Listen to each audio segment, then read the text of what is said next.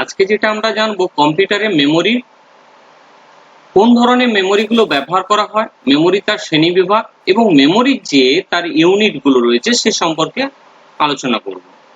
প্রথমে চলে আসি মেমোরির ইউনিট, তার এককগুলো কি কি রয়েছে।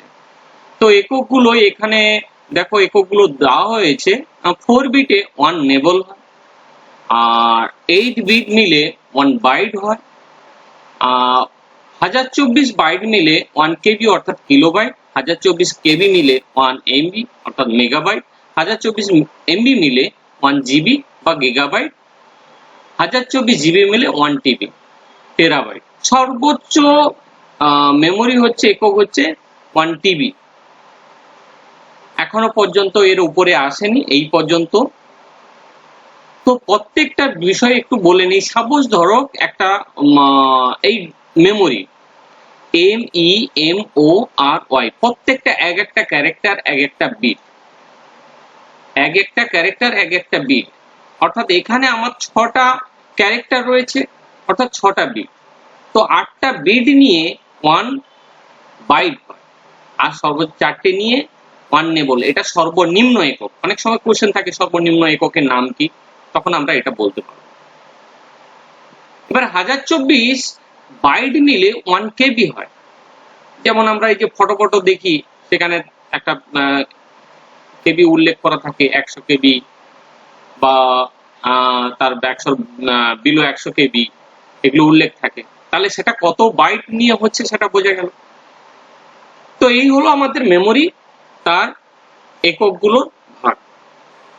এরপরে আমরা যাব কম্পিউটারে তার মেমোরি শ্রেণী বিভাগগুলো। কম্পিউটারের মেমোরি কয় ভাগে ভাগ রয়েছে? কম্পিউটারে তার ধারণ ক্ষমতা অনুযায়ী এবং কার্যক্ষমতা অনুযায়ী তাকে 4টে পার্টে ভাগ করা হয়েছে: primary memory, secondary memory, cache memory এবং ফ্ল্যাশ মেমোরি। প্রাইমারি মেমোরিকে দুটো পার্টে ভাগ করা হয়েছে, দুটো, একটা হচ্ছে র্যাম আর একটা হচ্ছে রম। সেকেন্ডারি মেমোরির মধ্যে ম্যাগনেটিক মিডিয়া রয়েছে, অপটিক্যাল মিডিয়া রয়েছে। প্রাইমারি মেমোরি যেটা হচ্ছে কম্পিউটারের মূল মেমোরি, অর্থাৎ এটা না হলে কাজ করা সম্ভব নয়। কম্পিউটারটাকে পরিচালনা করতে গেলেই প্রাইমারি মেমোরি কমনলি। তো এই প্রাইমারি মেমোরি প্রথম যে রয়েছে র্যাম, র্যান্ডম অ্যাক্সেস মেমোরি। এর দু ধরনের আছে, স্ট্যাটিক র্যাম, ডাইনামিক র্যাম। আমাদের কম্পিউটার চালু থেকে বন্ধ করা পর্যন্ত পুরো কাজটাকে পরিচালনা করে এই র্যাম। কিন্তু যখন বিদ্যুৎ সংযোগ বিচ্ছিন্ন হয়ে যাবে তখন র্যামের মধ্যে যে সমস্ত তথ্য থাকে সেগুলো অটোমেটিকলি ইরেজ হয়ে যায়। তাহলে ইরেজ হয়ে গেলে থাকলো কোথায়? না, সেটা যখন ইরেজ হয়ে যাচ্ছে তখন সেটা চলে যাচ্ছে, তার আগে চলে যাচ্ছে কোথায়? রমে। অর্থাৎ কম্পিউটার বন্ধ থেকে একদম চালু হওয়া পর্যন্ত পুরো কাজটাকে কন্ট্রোল করে এই রম। অর্থাৎ এখন কম্পিউটার যদি আমার বন্ধ থাকে, সেইটা কাজ করছে, এখন রম কাজ করছে। তো বলা যেতেই পারে রম কি করে কাজ করবে? ইলেকট্রিসিটি তো অফ করে দেওয়া হয়েছে, তাহলে কাজ করবে কি করে? হ্যাঁ, অবশ্য কাজ করে। এই যে মাদারবোর্ড রয়েছে, মাদারবোর্ডে একটা ইলেকট্রিক সংযোগ রাখার জন্য একটা ছোট আকারের ব্যাটারি একটা থাকে। সেই ব্যাটারিটা পুরো ইলেকট্রিক ওই বোর্ডটাতে সাপ্লাই দেয়, আর তারই দরুনে কাজ করে থাকে। এর 4 ধরনের রম রয়েছে: programmable read only memory, erasable programmable read only memory, electrically readable programmable read only memory, ultraviolet programmable read only memory. এগুলো ফুল ফর্ম আসে, অবশ্য ফুল ফর্ম গুলো দেখতে হবে।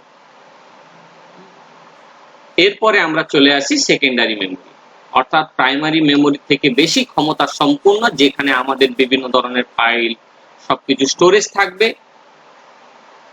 সবচেয়ে বেশি ক্ষমতা সম্পন্ন হচ্ছে এই হার্ড ডিস্ক। হার্ড ডিস্কের সর্বোচ্চ ক্ষমতা হচ্ছে 1 টিবি। দুটো ম্যাগনেটিক প্লেট, এর মাঝে একটা ডিস্ক, তা ভাসমান অবস্থায় থাকে। এই ডিস্কটা যত রাউন্ড করতে থাকবে, এই যে ডিস্কটা রয়েছে, এই ডিস্কটা যত রাউন্ড করতে থাকবে তত ওর মধ্যে রিড হতে থাকে, অর্থাৎ তথ্যগুলো স্টোর হতে থাকে। এর পরবর্তী যে রয়েছে ফ্লপি ডিস্ক। ফ্লপি ডিস্কের ধারণ ক্ষমতা অনেক কম, 1.44 MB। অ্যাডভান্স কম্পিউটার যখন আসে তখন ফ্লপি ডিস্কের সাহায্যে সমস্ত স্টোর ক্ষমতা স্টোর গুলো করা হতো। বর্তমানে হার্ড ডিস্ক এসে যাওয়ার ফলে এই চাহিদাটা কমে গেছে। তবে বিশেষ বিশেষ কাজের ক্ষেত্রে, বিশেষ বিশেষ সফটওয়্যার কোম্পানির ক্ষেত্রে এই ফ্লপি ডিস্কটা ব্যবহার করে থাকে। এটা হচ্ছে দুটো ম্যাগনেটিক মিডিয়া গেল। এবার অপটিক্যাল মিডিয়ার সম্পর্কে জানবো। অপটিক্যালের মধ্যে প্রথম রয়েছে যেটা সিডি, কম্প্যাক্ট ডিস্ক, আমরা সচরাচর দেখতে পাই, যার সর্বোচ্চ ক্ষমতা হচ্ছে 700 MB এবং সর্বনিম্ন 650 থেকে 700 MB এর মধ্যে হয়ে থাকে। এই ডিস্কে লেজার রশ্মির মাধ্যমে তথ্যগুলোকে স্টোর করে রাখা হয়। এর পরবর্তী যেটা রয়েছে ডিভিডি, ডিজিটাল ভার্জিটাল ডিস্ক। এটা হচ্ছে সিডি থেকে বেশি ক্ষমতা সম্পন্ন, যার স্টোর ক্ষমতা কত রয়েছে 4.7 GB। অর্থাৎ কোনো তথ্য যদি 2-3টে সিডি মিলে থাকে, সেটা একটা এই ডিভিডির মধ্যে সেটা ধরে যাচ্ছে। এরপরে হচ্ছে ব্লু-রে ডিস্ক, যার সর্বোচ্চ ক্ষমতা হচ্ছে 25 GB। এটা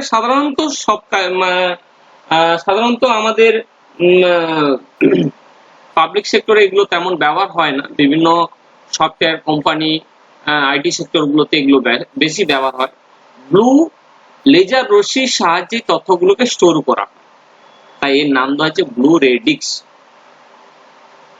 এরপরে চলে আসি ক্যাশ মেমোরি।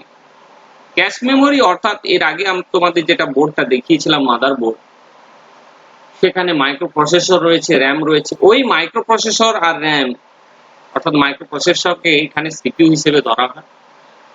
ওদের মাঝখানে যে ছোট ছোট সিলিকনের যে চিপ গুলো থাকে, সেই সিলিকনের চিপ গুলোকে বলা হচ্ছে ক্যাশ মেমোরি। এখান থেকে কি ধরনের কোশ্চেন থাকে যে ক্যাশ মেমোরির অবস্থান কোথায়? না, সিপিইউ এবং র্যামের মাঝখানে। এরপরে আমরা যেটা জানবো ফ্ল্যাশ মেমোরি। ফ্ল্যাশ মেমোরিটা আমরা সচরাচর দেখতে পাই এবং অনেকেই ব্যবহার করি, যার স্টোর ক্ষমতা হচ্ছে 64 GB। এটা হচ্ছে পেন ড্রাইভ। এই ফ্ল্যাশ মেমোরি একটা সুবিধা কি, আমরা যখন খুশি ইচ্ছা তথ্যকে এর মধ্যে ঢোকাতে পারছি, আবার যখন খুশি ইচ্ছা তথ্যগুলোকে ডিলিট করে দিতে পারছি, এবং আমাদের মানি পার্সে, পকেটের মধ্যে আমরা এক স্থান থেকে অন্য স্থানে বহন করাটা অত্যন্ত ইজি হয়ে যাচ্ছে। তো এই মেমোরিকে বলা হচ্ছে কি ফ্ল্যাশ মেমোরি। এটা হচ্ছে আমাদের মেমোরি পার্ট গেল। এরপরে আমরা একটু বাস সম্পর্কে জানবো। বাস বলতে কি? বাস হচ্ছে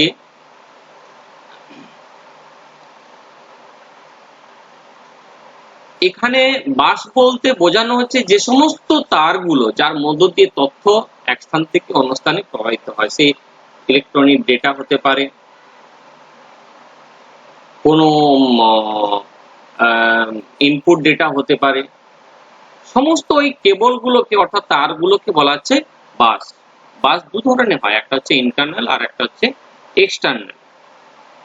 ইন্টারনাল বাস, এক্সটার্নাল বাসটা, ইন্টারনাল বাসের মধ্যে অনেকগুলো পার্ট রয়েছে, ডেটা বাস, অ্যাড্রেস বাস, কন্ট্রোল বাস, পাওয়ার বাস।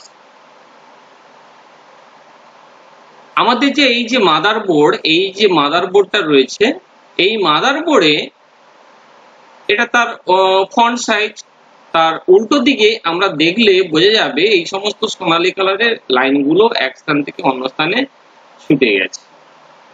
তো এই যে তারগুলো, এই তারগুলোকে বলা হচ্ছে কি ইন্টারনাল বাস। এই ইন্টারনাল বাসে যেটা প্রথমে বলা হচ্ছে যে ডেটা বাস। ডেটা বাস কোনটা? না, ডেটা বাস হচ্ছে অর্থাৎ যেটা হচ্ছে ইনপুট থেকে যে তথ্য সেটা সিপিইউ তে পাঠানো, আবার সিপিইউ থেকে তথ্যটা আউটপুটে পাঠানো, এটা যে কেবল বা তারগুলো কাজ করে সেগুলোকে বলা হচ্ছে ডেটা বাস।